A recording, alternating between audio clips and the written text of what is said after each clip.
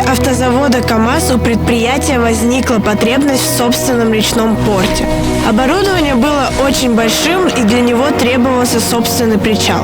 В 1972 году в Набережных Челнах на Каме было начато и закончено строительство причала для приема судов с разнообразным зарубежным и отечественным оборудованием. Суда, которые разгружались, прибывали из разных стран мира.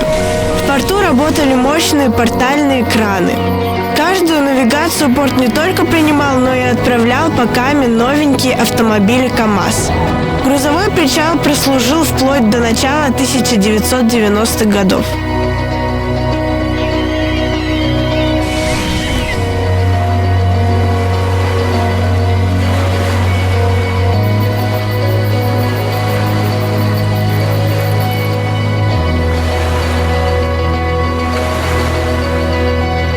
Мог работать только до перекрытия Камы, которое произошло в ноябре 1978 года.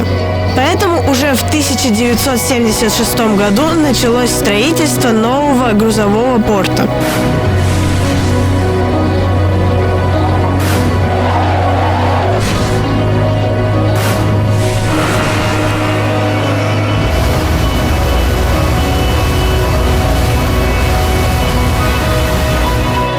После поднятия уровня Камы причал затопило. В настоящее время порт практически весь затоплен и превратился в остров. Остатки дороги сохранились в виде косы.